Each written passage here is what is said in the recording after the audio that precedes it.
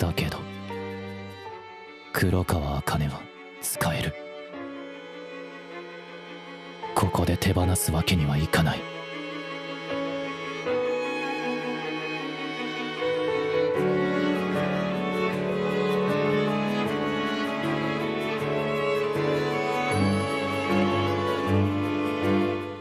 So at this point in Oshi no Ko, I have had a numerous number of emotions, and those emotions have been damn near tears. Those emotions have been anger, and all kinds of different passionate faces have come across my face. But I think one thing that this anime hasn't truly done for me personally is just put like that cheek hurting smile on my face. Now, a lot of other different ones have accomplished that this season, and it doesn't negate the experience that Oshi no Ko is. And in my heart of hearts, that's what Oshi no Ko is. It's an experience. It's something that is so well written, so deep, so complex, that it's an experience that you feel from episode 1, which is that movie length, all the way to episode 8, which is where we're at now.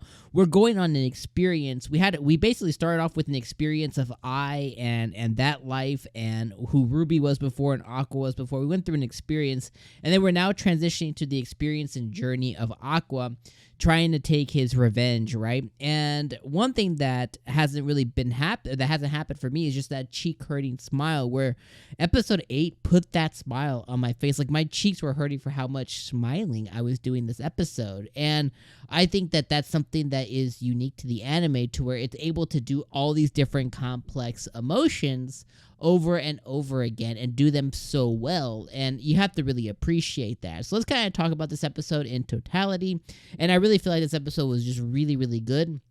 And I'll kind of go through all the different events that happened this episode, as well as give you guys my thoughts on it. So first and foremost, right, we pick up where we got left off on last week, where again we're diving deep into Akane being a top tier actress. She's a top tier theater Broadway style actor. And what we learn, during this time is, during her initial impression or initial portrayal of I, which she should do her biography movie, is Aqua totally fell for her acting, and he totally became, I wrote down, submissive for her. And that was done in a moment where Mem was trying to figure out exactly what was going on, and she was like, hey, Aqua, can you grab that for me? He's like, grab it yourself. And Akane was like, just get it for her. It's right there. And he's like, okay. And he just did it for her, and she was like, ah. So he became kind of submissive for her. And during the moment where Yuki, whatever her name is, and Mem were kind of calling him out for this new version of him they haven't seen before, they kept saying, oh, do you like her? Da, da, da, da.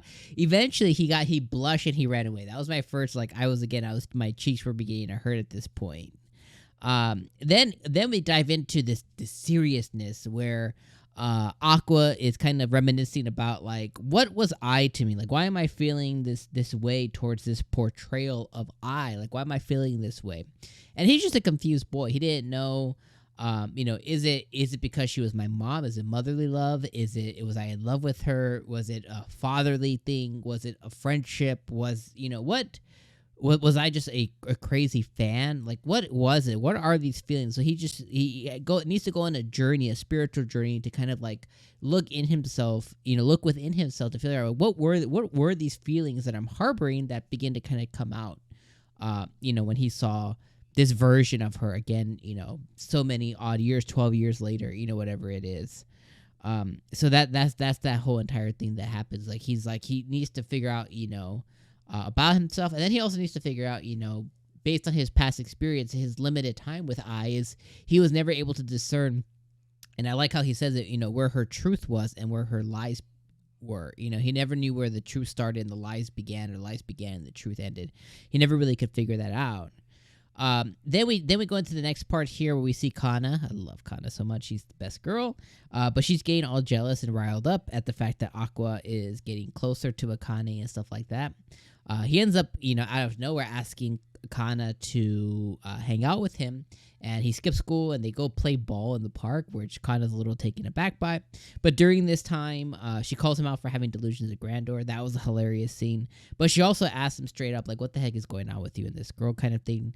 And during this time, we see, he kind of lets Kana know, like, hey, this is just work. Like, Like, you and her are nothing alike. You know what I mean? Like, this is work. And she's kind of, her heart sets aflutter when he says he likes older girls, but Akane's older than him too, by like a year. So it's like there's two things here. But essentially, she feels pretty good after the events that occur. She ends up feeling pretty good about it. But they go through all that stuff, and this allows him to kind of figure out his internal feelings.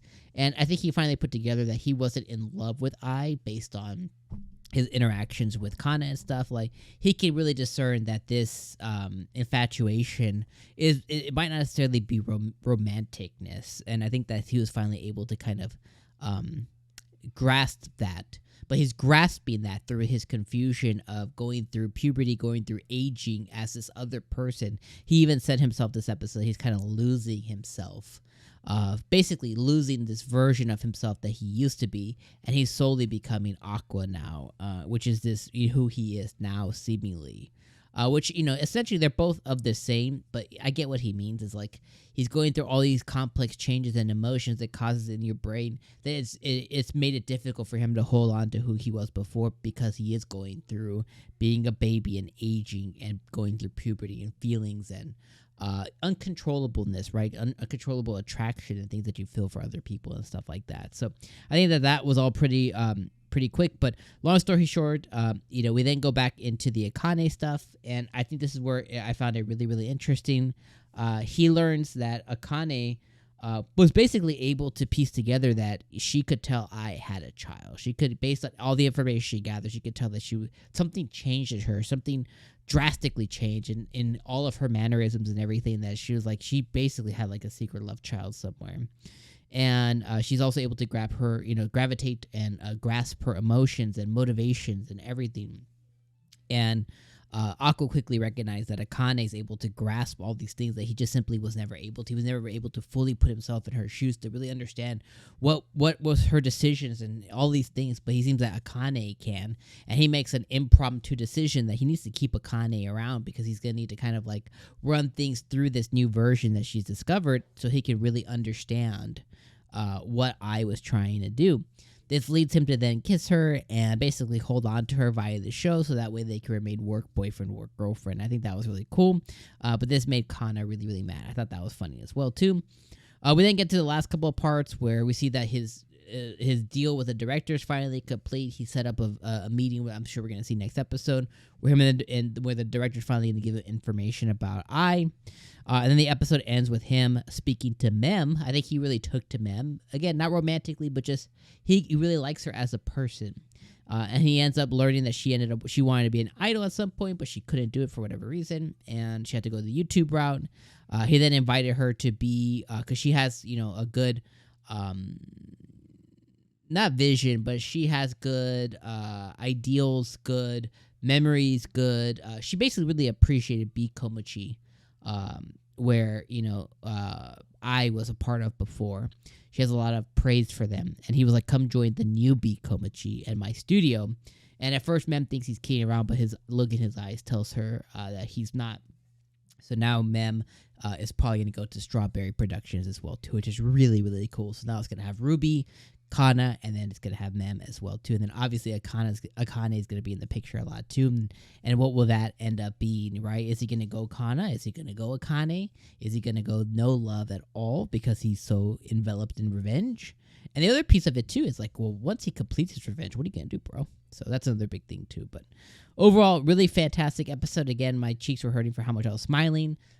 Did something unique this episode, which I really, really enjoyed. But 𝐻𝐻𝐻𝐿, just probably a really, really standout anime that I think will appeal and does appeal to so many different people. And I think it nails all of it so far. So fantastic episode. Really enjoyed it. Let me know what you guys thought about this episode down in the comments below. If you have anything to say, drop me an emoji, and I'll see you guys. I won't see you guys next weekend, or next week, actually. I'll be on vacation, so I'm going to see you guys the week after. So I'll have episodes 9 and 10 out in parallel. When I get back from vacation, I'll probably try and catch up on some of the stuff that I missed, but overall, it's going to be late. So regardless, I'll see you when I see y'all. Peace.